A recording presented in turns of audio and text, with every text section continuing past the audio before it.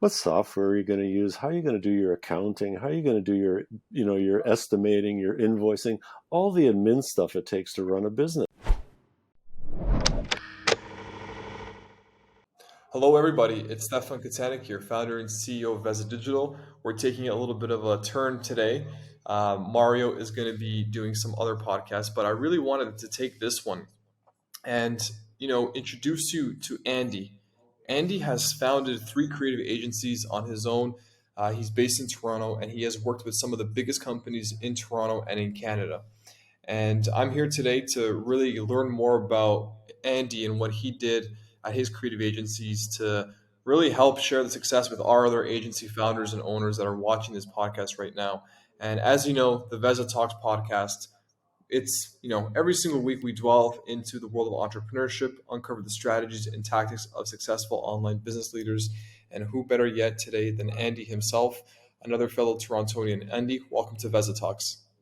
Thank you very much. Thank you for the introduction. Thank you for having me on your podcast. You're welcome. Happy to be here. Happy to chat about founding agencies, types of clients that I worked with, where I found success, where maybe not so much success, and how it all started and how I got there. Excellent. I was really intrigued by your profile, and all that you've done and the kind of clients that you worked with. And let me tell you, man, early on at VezaDigital, when, I first started this agency many years ago, I was always wondering, how do you get these big clients? How do these big people work with these, small to medium-sized agencies that are mid-market, right? And it was always an enigma to me.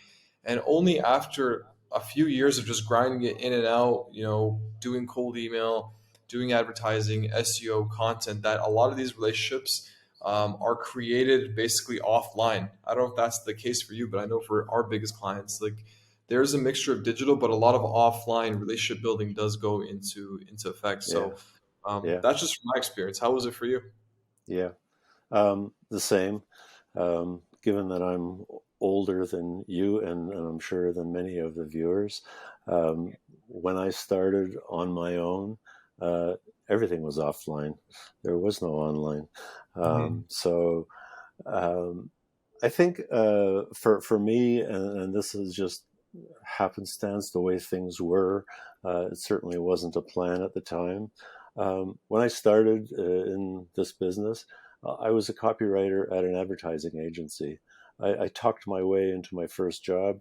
I had no advertising experience whatsoever. A friend of mine had just gotten a job as a copywriter. I had no idea what a copywriter was, except that when I was younger, even in high school, he and I started our own newspaper. And even before that, I always loved writing. So I would write all kinds of stuff. I thought I would write fiction. I would write whatever, write poetry, whatever it was. So I just had an affinity for writing. I could just sit myself down and write. And so in high school, we started our own newspaper because we thought the school newspaper was boring. And then I worked at a number of odd jobs. I traveled in Europe and so on. And when I came back, I figured I have to do something. And I just found out he got a job as a copywriter. And in his first job, he was working on General Motors doing TV commercials. And I thought, wow, that's cool, right? Here's a young kid, and already he's doing GM TV spots. I thought, okay. So I put together basically a fake portfolio and just started knocking on doors and finally talked my way into a small agency, and they hired me.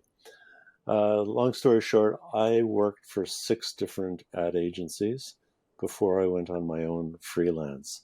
And in retrospect, that was great training and a great way to build a portfolio, because when you work for these agencies, you're working on big clients that you'd never get on your own. And you know from your own experience how hard it is when you're starting up and wondering, how do I get these big clients?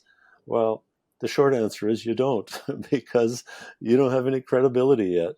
Nobody knows who you are. And you're up against every other agency, from the global agencies to the smallest local agencies that are maybe no bigger than you, but they've been established for 10 years. So Right. you're up against those guys, whether you know it or not, right? And so, how do you get started? And for me, I talked online. I talked to a lot of younger people who are wanting to get started, and I see them coming out of school wanting to be an entrepreneur, wanting to start their own agency, not wanting to take a job somewhere for whatever reason. And to me, I'm not sure if that's always the right approach, because the job not only gets you experience dealing with bigger clients and really understanding how they think, right? So they've got $1 million a year to spend. How do they think about that? How do they want to spend that money? What do they want to do, right? Who's in charge of actually doing all of that stuff? So in the end, you end up doing projects, and you get nice projects in your portfolio. Big names people recognize. They flip, they look at your portfolio and they say, "Wow, you worked for all these guys." Yeah, I did. Um, and then you also get mentorship. You're starting there. You're going to be working for a creative director, maybe an associate creative director, depending on how big the place is. There are other writers, other designers, there are other programmers.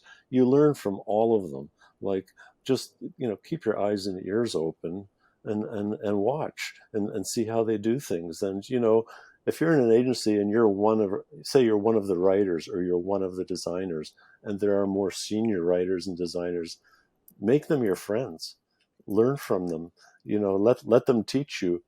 So think about it. It's free learning while you're being paid. You're not, Hmm. you don't have to go to school somewhere to take this course. You got a guy sitting right next to you showing you how he or she does whatever it is you're doing. And Right. you can't get that any other way. Yeah. It's that that That's a really that good. rubs off on you. Yeah, definitely. It's like osmosis. If you're around all Yeah. these different people with a lot of experience, you're gonna absorb it, and you're gonna become that. Yeah, you'll see them working on projects that you're not working on. So even though you're not working directly on the project, you're watching somebody else do it, right? And then you also, as you work at different places, you learn their processes. Because if you ever think of wanting to start your own agency, as I'm sure you experienced yourself, um, how are you going to run the place?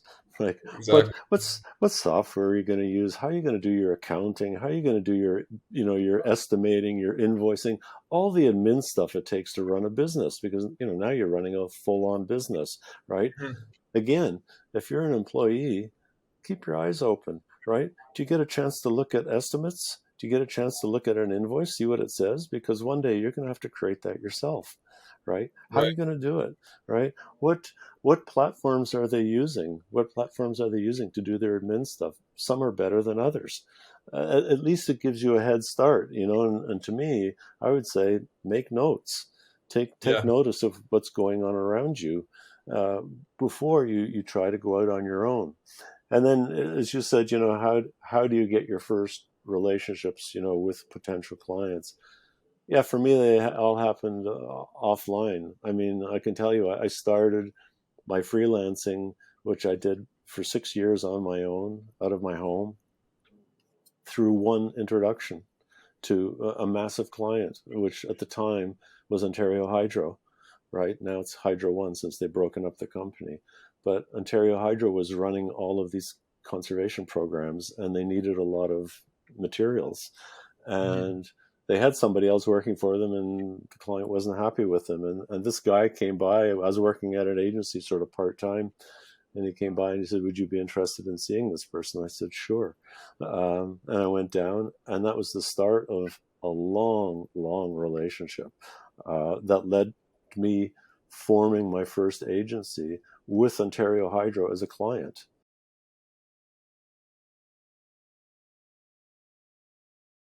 Right? Hmm. So think about it for a second. Yeah. We were billing hundreds of thousands of dollars right out of the gate. See, I see all these people running smaller agencies, and it's all about cold calling, emailing, hustling, and all that stuff. I'm terrible at that. I really am. And I see people who do this professionally. They say, well, it's just a numbers game. You're going to make 100 calls, and 95% of them you're going to get turned down. Nobody wants to talk to you, and you're going for the other five, right? I couldn't do that. I'm not built for that. I'll be the first to admit it. It would be too discouraging. I would quit for sure. So I would rather build fewer but more solid relationships. Right. And, even this client that I spoke about who got me into Ontario Hydro, she was there for a long time and then she left for another job. Well, in the meantime, I had created other relationships within Ontario Hydro, which meant that when she left, I didn't lose the client. But also, when she went to the new client, she brought us in there. And who is the new client? CIBC, right? So Wow. now we're working for a major bank. And I had no relationships with that bank, but because they hired her at the level that she had the freedom to bring in her own suppliers. So next thing you know, there we are having meetings at CIBC because I'd kept that relationship with that person. And she moved around a couple of times and always took us with her. I could name 5 clients like that. When they left their job, I kept the existing client as a client, and I gained a new client. It's the easiest way, but Yeah. you have to work on having a genuine relationship. And again, I know things are different, and you're running a global agency, for example, and so to see people face to face is just not practical. Sometimes it's not possible. You're on different continents, and it just works that way. I Yeah, we get it. try. We try our best. Sorry. Usually what we'll do is once a quarter we'll visit our top 20% of our clientele, go on Yeah, site, check out yeah, what they're doing, talk about some of the strategies in person, put a face and a voice and a handshake behind the screen, right? And actually yeah, build that relationship. And look, we have clients and partners that have been with us now for 2-3 years at a time, yeah, and we're yeah. getting them results. We have a good relationship, and ours is a little bit different because we're working more with the venture-backed B2B software as a service companies, right? And Hmm. we're working directly with the founders. On our side, we better hope this SaaS company succeeds because Yeah, it's our yeah, bread and butter. And chances of the yeah. founder finding another company after this are much lower if it fails than if it Sure. succeeds, right? So Yeah, ours is same mindset but different industry to market, right? And so yeah, um, huge on the relationships. What really resonated with me, what you said, and you made a good point, is when these young people come on board, yeah. I always tell them, I said, listen, prioritize the skill development on an Hmm. accelerated level by actually putting yourself in a high responsibility job that has a lot of, Hmm. in the trenches kind of work, right? Yeah, Because you're going yeah, to be learning from people, you're gonna learn the lingo, you're going to see how the operations work and all that stuff, right? And then look at yeah, the money because your skills are going to yeah, compound over time, and then you're going to get the big bucks for your skill set, yeah, what you can do. And yeah. it's an amazing industry to do it. Yeah, no, that's great advice. I see that online too, and I mostly keep my mouth shut because I'm not here to insult people or to pick fights. But some people, I mean, they have big dreams, but their skills haven't quite caught up to their dreams, right? And Yeah. I don't know how it is for you, but for me, I learn by doing, and I have written millions and millions and millions of words. And when I first started, I was lucky. Even the small agency I was at, they had a senior copywriter there who became a mentor to me.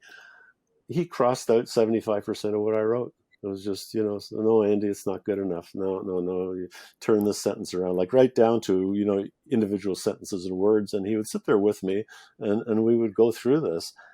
And that's how you learn. I mean, that's how I learn. Maybe there's an easier way, but that's how I learned.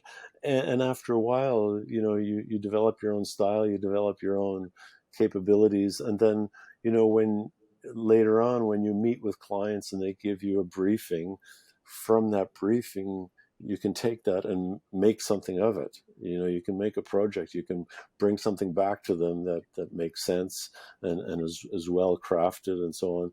But if you try to do that in year 1 or even in year 2, you probably can't. Not really. And I Yeah. see stuff, and it's just kind of substandard. It's not as good as it should be, um, because I think people are biting off a little more than they can chew too early.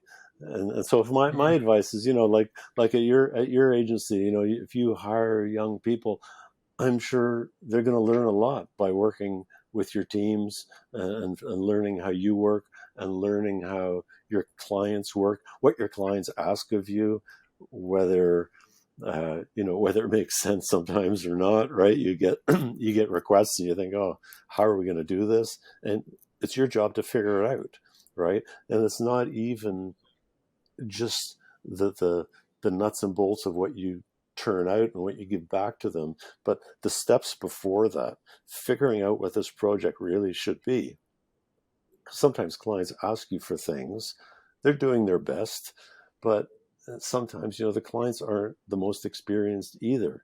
So they're asking you for something that they don't quite understand, Right. but they're doing their best, right?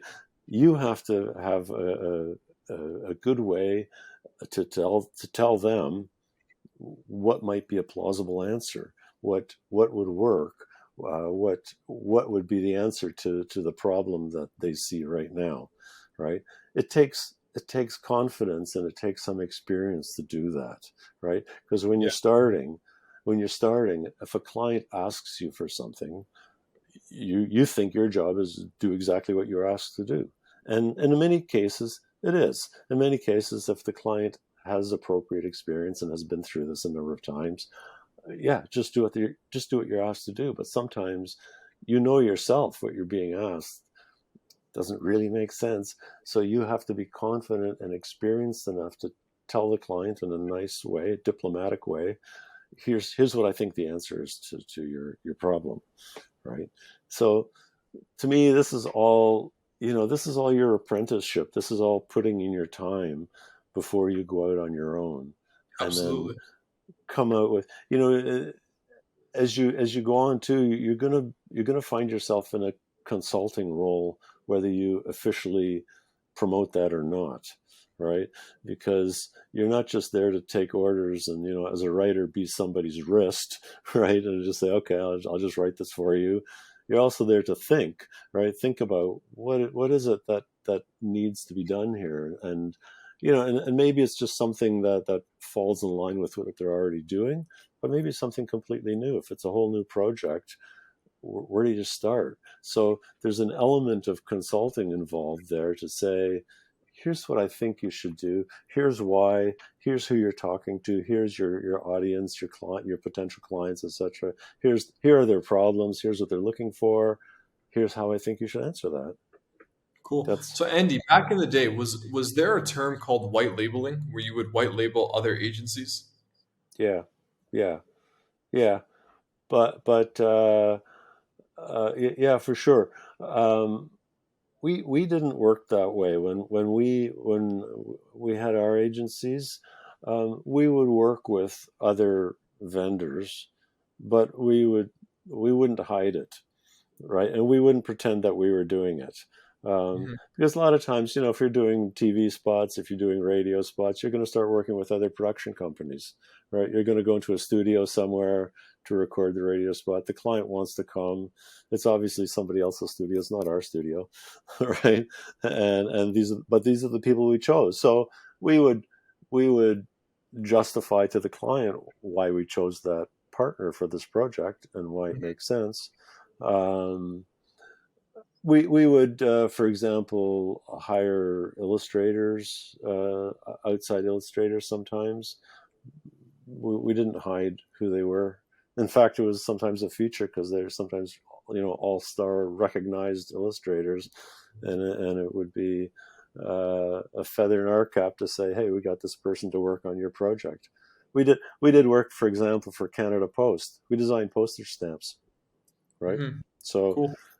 For younger people to say, well, what's a postage stamp, right? Well, who needs it? Well, I got news. Canada Post cranks out dozens of postage stamps every year, and designers design them. They're all handed out to different designers, right? And if you ever did a postage stamp, then your name is permanently in the Canadian archives as the designer of that stamp. And there's all kinds of peripheral stuff around us. It's not just a little stamp you see, because they produce all kinds of stuff for collectors. So the project is substantially bigger than you think it is. It's like the tip of the iceberg, right? So, and for stuff like that, sorry, it's a long way of saying, we would bring in illustrators or photographers to do that, because they wanted something special, and so it was obvious, and it would go into the credits, who did what. So we didn't work so much on a white label basis. For most of us, it was pretty transparent. Yeah, because I have a lot of other young agency owners who are, when I say young, I mean, early 30s, late 20s, people who are just starting off in the agency world, and basically like the most everyone understands it's probably the easiest way to make money online today, because all it takes is a required skill set, whether in sales or marketing, and to basically put an offer together and provide an actual valuable offer to that end client. And then sometimes instead of hiring a group of freelancers or contractors, they would hire another agency at a preferred rate and then white label them for the services, right? It's this new type of way of basically how agencies are scaling their operations. So I thought maybe back then, during your times, if that was a thing, or if they were mostly backdoor deals that were happening behind the scenes, right? So thanks for sharing Well, that. Really. sometimes, I mean, agencies would hire freelancers Hmm. that they didn't necessarily disclose to the client. So the freelancer would do the work, and the agency would present the work as their own. They're ultimately responsible for the work, right? Um, but Yeah, that happened, and usually for an agency when they got too busy, right? So they'd have a certain number of staff, and they needed to augment that staff, and they would find somebody to help them with it. Other agencies, companies that call themselves agencies, were really, really not that deep in their teams, and so as soon as they got a project, they would have to find somebody to help do that, right? So yeah, somebody starting a small agency or as a freelancer working for agencies, I think is a good way to go as part of your clients. I wouldn't focus on doing that for all of my business, but I Yeah. would for some of it for the same reasons. You're going to work on bigger clients probably, then you could attract on your own. You get to meet new people, you grow your network, all of that stuff. Excellent. So let's talk about your book right now. What are Sure. some key actionable sites? Let's say an agency of my size right now, we're around 60 people. We focus primarily on the B2B SaaS space with creating the marketing websites and then doing demand generation to their sites. What Yep. would be some key piece of advice for us? Um, for me, and again, what I just described, how I started, I think you need to consciously work your way up the food chain uh, to get bigger and bigger and more established clients. Yeah. Um, I think the challenge is, these days, there's lots of people starting up companies and so on, and then they want to work with somebody like yourself, and they are a very new young company, depending on where they're at with their funding and who pays for things, and how much of a team they can afford to pull together. You sometimes end up working with founders who have very little experience in marketing because they're focused on whatever it is their product is, right? And so to me, I always wanted what I called professional clients. And Hmm. professional clients are clients where, first of all, that's their job. Their job is to be the marketing client. They're not wearing all of the hats of the company. They are the marketing person. They have a budget that is an allocated, dedicated budget. It's not money that they have to scramble to find. So to, to me, that's sort of the mark of an amateur client, because what happens when you have a meeting, one of the very first things they want to know is how much it's going to cost. Why do they Hmm. want to know? Why do they want to know that? Because they Yeah. don't really have a defined budget. So they're going to Hmm. have to figure out how they can find that budget. Where are they going to find it? Right? I had clients like that. I never looked for them. I didn't necessarily want them. Yeah. I wanted clients that had defined marketing budgets. And so to me, that would be a test for an agency like yours when you're meeting somebody new. I'm sure somewhere along the way in the conversations, you're going to ask, what's their projected marketing budget? right? What, what, Gotcha. what, what? How much are they allocating towards marketing? What level should you be looking at, Right. I like how right? you position that. Like, what's your projected marketing budget? Yeah, because things change, right? I mean, but you need to know. Are we talking 10,000 or 100,000 or a million? Where Yeah. where where is it, right? What's the deal here? Because sometimes it's really obvious, but sometimes it's not, right?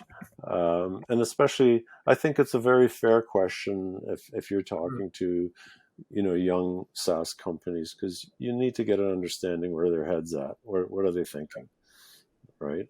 yeah. Because it might be a very short meeting if what they're thinking doesn't line up with what you're hoping. Definitely. And have you seen any new trends come up in the agency space in terms of services? Um, it's all over the place. It Hmm. really is. There are small agencies that have a very, very tight focus. They only do one thing. I know a guy, he runs an influencer agency. That's all he does. He manages influencers. He tries to pair them up with clients and so on. But that's it. Like, they don't create content. They don't do any of that stuff, right? He's basically an influencer management company. That's what they do, Nice. right? Nice. Yeah, right. So you think, well, okay, and if you think if that's a business, that's a viable business, and there's enough in it, and you can find the right influencers, and you can match them up with the right clients, and there you go, right? And figure out who's going to pay for that, and is it worth your while to actually do that? And I see others, much more general, some in a very performance-based space, right? So they're working with clients who are looking for email campaigns, and they're looking for a return, and all of that stuff. So they've got their choices of software, they've got their processes that they use, they have their formulas, and in through the top and out the bottom. And this is what we know works, because we've sent a billion emails in our history, and here are the results we've had. Here are some case studies, and we can pretty well guarantee it works, at least at this level. So they're like that. Others, now with all the AI tools that are out there, and TikTok and everything else, I mean, I don't know how many bandwagons you want to jump on, um, but there's so much, right? Yeah. It's become such a big world. And if you watch TV, I mean, as we were recording this, last night was the Super Bowl, and so you get these extravagant, incredibly expensive commercials that some agencies somewhere are producing. That's what they do, right? Yeah. They make TV commercials for some of these companies and spend a fortune in media dollars for their 30 seconds on the Super Bowl. That's a thing, right? But probably for a much more established, bigger agency to take on an assignment like that. Um, so it's all over the place. It really depends on who you are, what skill sets you're bringing, um, where you would fit in. I mean, there are lots of independent freelance writers. That's what they do. They work on their own. They find their clients, and that's it. That's the skill set they bring to it. There are other people who just want to make TikTok videos, and they Yeah. figured out There's a their lot own of those. Yeah, right. They figured out their own formula, and that's what yeah, they want to do. we're seeing a big trend now with short form content agencies, basically agencies that would take this podcast, for example, cut up all the content in little tidbits for, YouTube Shorts, TikTok, Yep. Instagram Reels, Twitter, all these different Yep. social media platforms. And right now, like, these types of agencies are making a killing because it's such an in demand service, because not everyone can do it. Right. And so Mm-hmm. supply and demand, naturally people are going to want to do the, supply what the biggest demand is. And today we're seeing loads of that. Yep. Yep. So for that, for example, my question would be, what kind of clients want that, Hmm. and is this is this an ongoing client relationship or is it a one-off? Right? Hmm. Does somebody at the client say, "Oh, I just read about or saw something about this, and we should be doing this. We need to find somebody who can do this for us." Right? We need to create one big piece of content. We need to chop it up 10 different ways and use it all over the place. That's the great way to make use of our budgets and make use of the media that we've created and how we can get it out there. So you say, okay. Yeah. So you find somebody like that, right? There's, as you said, there are lots of people out there doing it now or trying to do it, right? Yeah. So as the agency, though, and you work with the client, is this something they want to keep doing? Is this going to be a client of yours a year from now, 2 years from now, or is this kind of the flavor of the moment? And we want to do this, but then it's not really a strategy. It's more of a way of doing things, but what's the bigger strategy behind it?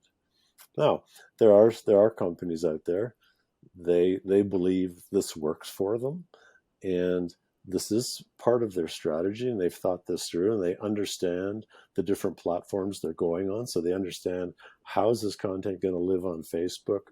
How's it going to live on TikTok? How's it going to live on all these other platforms, right? If you can figure that out, if you can chart that for somebody and say, here's what we do, here's where it goes on all these different platforms, and here are the things you need to know about each platform, and how we need to adapt and how we need to tweak, and what is it we're measuring, and what constitutes a good number, what's success and what is not success, and how often have we been able to be successful, and what are you getting as a rate of return for your investment? Is this actually worth doing? It's kind of fun, right? See all your stuff all over the place. That's great. But how are we doing?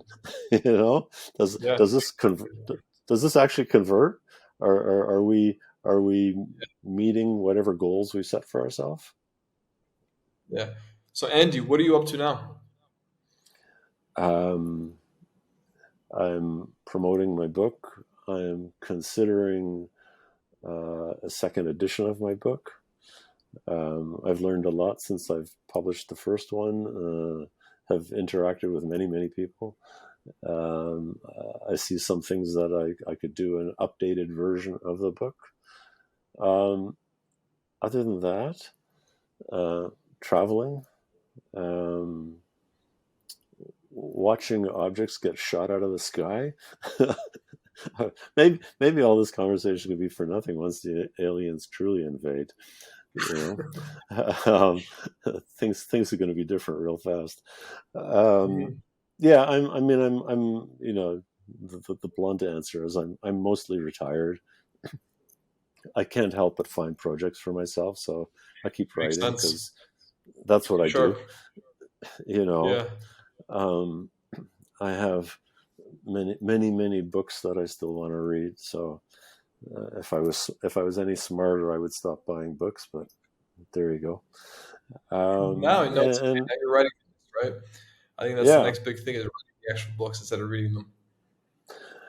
Yeah, and that's that was fun. It was a nice sort of meaty project to get into. I mean, I would sit down every day and write, and start putting it together and creating this book, which I had never done before. But I had, again, even that. So the book is like 320 pages or something. I had never written anything that long before.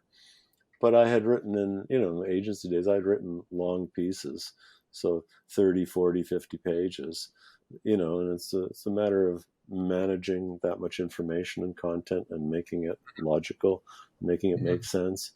It's the same sort of skill that goes into, say, if you're doing a client presentation, right?